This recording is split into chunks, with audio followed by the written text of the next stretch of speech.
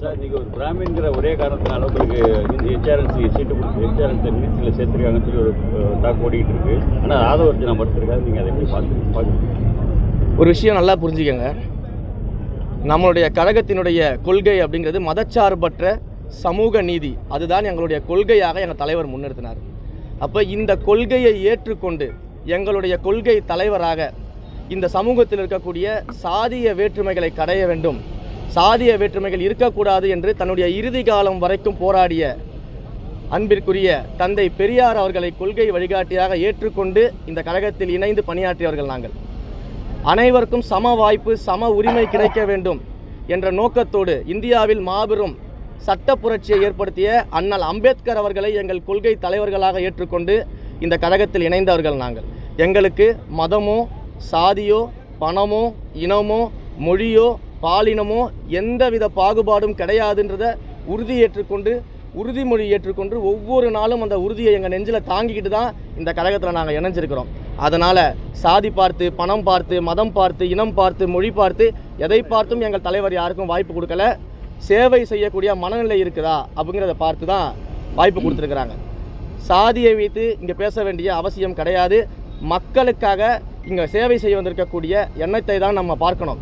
ஏன்னா இன்றைக்கு எங்கள் தலைவருக்கு வாக்களித்த யாருமே இன்றைக்கு ரமேஷ் அப்படின்ற எம்எல்ஏக்காக யாரும் வாக்களிக்கல. இன்றைக்கு இவருடைய ரவிசங்கர் அவர்களுக்காக யாரும் வாக்களிக்கல. அனைவரும் எங்கள் தலைவர் மாண்புமிகு முதலமைச்சர் அவர்களுக்காக வாக்களிச்சிருக்கிறாங்க. ஏன் அப்படின்னா இத்தனை ஆண்டுகளாக திரைத்துறையில் அவரை பார்க்கும் பொழுது, திரையில் போயிட்டு அவர் அமர்ந்து பார்க்கும் பொழுது யாரும் சாதி பார்த்து அவரை பார்க்கல, மதம் பார்த்து அவரை பார்க்கல. அவர் ஒரு அண்ணனாக, தம்பியாக, தங்கள் வீட்டு பிள்ளையாக நினச்சிருக்கிறாங்க. அவர் நிறுத்திய கேண்டிடேட்ஸையும் அவரை இப்போ போட்டிருக்கக்கூடிய அமைச்சர்களையும் மக்கள் அப்படி தான் பார்க்குறாங்க. சாதி பார்த்தெல்லாம் இங்கே யாரும் எந்த விதமான பதவிகளும் வழங்கப்படலை. எங்கள் தலைவருக்கு இது போன்ற பிரிவினை பார்க்கக்கூடிய எண்ணம் துளியும் கிடையாது. ஏனென்றால் எங்களுடைய கொள்கை தலைவராக தந்தை பெரியாரையும் அண்ணல் அம்பேத்கரையும் ஏற்றுக்கொண்டு வழிநடத்தக்கூடிய ஒரு மாபெரும் சக்தியாக நாங்கள் இன்றைக்கு இருக்கிறோம். சார், நேற்று துறை அமைச்சரை பொறுப்பேற்றவர் நீங்கள் ஆய்வுக் கூட்டங்களில் பேசியிருக்கீங்க. கோயிலுக்கு வரவங்க என் மன நிம்மதியோடு சாமி தரிசனம் செஞ்சுட்டு போகணும். நிறைய முதலை திருக்கோயில்கள் இன்னும் பிரச்சனைகள் இருக்குது. அதாவது கட்டண வரி, சொன்னமாண்டு விரைவு தரிசனம், இந்த மாதிரி பிரச்சனைகள் இருக்குது. அதுக்கு ஏதாவது செயல் திட்டங்கள் பேசியிருக்கீங்களா? என்ன நடவடிக்கைகள் எடுக்க? நேற்று துறை ரீதியான முதற்கட்ட ஆய்வை நாங்கள் மேற்கொள்ளும்போது பல்வேறு பிரச்சனைகள் குறித்து நாங்கள் அதில் விவாதித்தோம். குறிப்பாக கோயில்களுக்கு வரக்கூடிய பக்தர்கள் ஒரு நல்ல மனநிலையில் சாமி கும்பிட வந்துட்டு அதே நல்ல மனநிலையில் நல்லபடியாக வெளியில் போகணும். எந்த விதமான டிஸ்டர்பன்ஸோ எந்த விதமான சங்கடங்களோ அவங்களுக்கு ஏற்படக்கூடாது. அதே போல் கோவில்களில் இருக்கக்கூடிய கூட்ட நெரிசல்களை குறைப்பதற்காகவும், அதே போல் கோயில்களில் நீண்ட நேரம் காத்திருக்கக்கூடிய சூழல்களை எல்லாம் கண்ட்ரோலுக்கு கொண்டு ஒரு டைம் மேனேஜ்மெண்ட் கொண்டு வருவதற்காகவும், க்ரௌட் மேனேஜ்மெண்ட் கொண்டு வருவதற்காகவும் பல்வேறு விஷயங்கள் நாங்கள் டிஸ்கஸ் பண்ணியிருக்கோம். அதை ஒவ்வொன்றாக செய்யும்பொழுது உங்களுக்கு நான் வேளாவரியாக அதை பற்றி நான் உங்களுக்கு சொல்கிறேன்.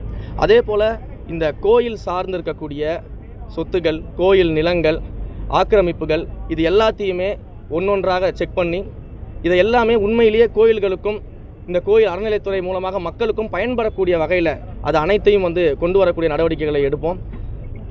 நான் முக்கியமாக வேண்டுகோள் வச்சது என்ன அப்படின்னா, உயர்மட்ட அதிகாரிகள் மட்டும் கிடையாது, அறநிலைத்துறையை பொறுத்த வரைக்கும் கோயில்களில் இருக்கக்கூடிய கடைநிலை அதிகாரிகள் வரைக்கும் நேர்மையாக நிச்சயமாக பணி செய்தே ஆக வேண்டும். எந்த விதமான ஊழலுக்கோ எந்த விதமான அதிகாரத்தை மையத்தை உருவாக்குவதற்கோ அங்கே கோயில்களுக்கு இடம் கிடையாது. அங்கே ஊழலற்ற, நேர்மையாக மக்களுக்காக பணி செய்யக்கூடிய, சேவை செய்யக்கூடிய மனநிலையில் கடைநிலை அதிகாரிகள் வரைக்கும் பணி செய்தே ஆக வேண்டும் அப்படின்றத நான் வலியுறுத்தியிருக்கிறேன். அதை குறிப்பாக மேலோட்டமாக சொல்கிறது மட்டும் இல்லாமல், மேல்நிலை அதிகாரிகளோடு பேசுகிறது மட்டும் இல்லாமல், மைக்ரோ மேனேஜ்மெண்ட் நானே பண்ணுவேன். கண்டிப்பாக ஒவ்வொரு கோயில்களிலும் நடக்கக்கூடிய விஷயங்களில் என்னுடைய கவனத்துக்கு கொண்டு வரப்பட்டு மைக்ரோ மேனேஜ்மெண்ட் செய்து அதற்கான அத்தனை நடவடிக்கைகளும் எடுக்கப்படும். அனைத்து புதிய திட்டங்களும் கொண்டு வரப்படும். ஏற்கனவே இருக்கக்கூடிய திட்டங்கள் மிக திறம்பட செயல்படுத்தப்பட்டு அதனால் மக்கள் பயன்பெறக்கூடிய வகையில் இன்னும் மேம்படுத்தப்படும்.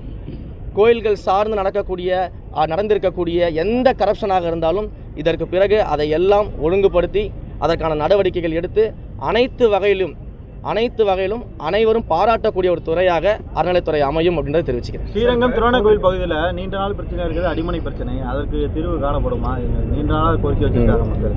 ஸ்ரீரங்கத்திலும் திருவானைக்கோயிலும் ஏற்கனவே இந்த பிரச்சனையை பற்றி அங்கே போராடி கொண்டிருக்கக்கூடிய பல்வேறு தரப்பினர் சந்தித்து நான் பேசியிருக்கிறேன். அதற்கான ஆவணங்கள் எல்லாமே நான் பெற்றிருக்கிறேன்.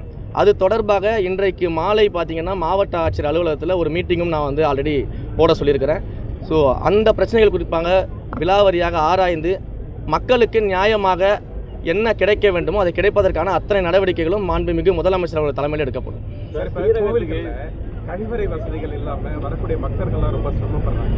அதுக்கு ஏதாவது ஏற்பாடுகள் வந்து பண்ணுங்க. கோவில்களுடைய அனைத்து அடிப்படை வசதிகளையும் நிறைவேற்றுவதற்காக அனைத்து வகையான ஆய்வுகளையும் நான் மேற்கொண்டிருக்கிறேன். என்னென்ன அடிப்படை வசதிகள் கோயில்களுக்கு தேவைப்படுவது, நீங்கள் சொல்வது போல கழிப்பறை வசதிகளாக இருக்கட்டும், குடிநீர் வசதியாக இருக்கட்டும், அன்னதான கூடங்களாக இருக்கட்டும், பக்தர்கள் தங்கக்கூடிய விடுதிகளாக இருக்கட்டும், அவர்கள் வந்து செல்வதற்கான டிரான்ஸ்போர்ட் ஃபெசிலிட்டிஸாக இருக்கட்டும், இப்படி ஒவ்வொரு ஆங்கிள்லையும் 360 டிகிரியில் கோவில்களுக்கு தேவையான அனைத்து விஷயங்களையும் செய்வதற்கான முன்னெடுப்புகளுக்காக டிஸ்கஷனில் இருக்கிறோம்.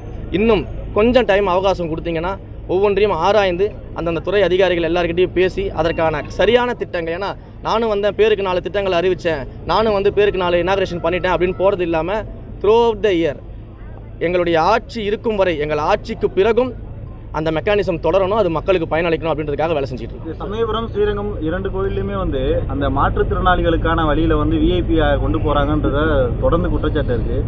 கடந்த ஒரு வாரத்துக்கு முன்னாடி கூட அந்த பிரச்சனை வந்துச்சு. போன மாதம் கூட ஒரு பிரச்சனை வந்துச்சு. இந்த வீடியோ ஒன்று வெளியாகி அது நடவடிக்கை எடுக்கப்படும். அதுக்கும் பேசியிருக்கிறோம். ஏன்னா இங்கேருந்து பக்தர்கள் வருகிற அந்த கியூவை முறைப்படுத்துவதற்காக, பக்தர்கள் எளிதாக தரிசனம் செய்வதற்காக அனைத்து வகையான ஏற்பாடுகளும் செய்வதற்கு ஒரு மெக்கானிசம் கிரியேட் பண்ணிட்டு இருக்கோம். கூடிய வரையில் அது எல்லாமே நடக்கும். ஸ்ரீரங்கத்துக்கு ஆயிரக்கணக்கான பக்தர்கள் வராங்க. அவங்க டைம் மேனேஜ்மெண்ட் சிக்கலாக இருக்குது. வந்துட்டாங்கன்னா முதியவர்கள் எல்லாம் வெயிட் பண்ண வேண்டியிருக்கு. ஆகமொழியை காரணம் காமிச்சு திறக்க மாட்டேங்கிறாங்க. அதுதான் இப்போ ஆரம்பத்திலேயே சொன்னேன் சார். க்ரௌட் மேனேஜ்மெண்ட், டைம் மேனேஜ்மெண்ட்டுக்கு என்னென்ன மாற்று வழிகள் இருக்கோ அது அத்தனையும் நேற்று டிஸ்கஷன் பண்ணியிருக்கிறோம். ப்ராக்டிக்கலாக அது எப்படி ஒர்க் அவுட் ஆகும் அப்படிங்கிறதுக்காக ஆய்வுகள் சென்று கொண்டிருக்குது. அந்த ஆய்வுகள் முடிஞ்ச உடனே நான் உங்களுக்கு அறிவிக்கிறேன். Thank you sir. தேங்க்யூ. அண்ணன் இது வேண்டாம் அவரை இல்லை நாங்களா உங்களுக்கு எல்லோருக்கும் கும்பிடு. அது தளபதி தொகுதி, தளபதி முடிவு எடுப்பார், நல்லவரை நிறுத்துவார், வெற்றி பெற்று தருவோம். கோரிக்கை வச்சிருக்கீங்களா? எதுக்குயா தம்பி இங்க வா, இதெல்லாம் அமைச்சரை வச்சு பண்ண வேண்டாம். நம்ம ஒரு நாள் தனியாக கச்சேரி வச்சுக்கோங்க.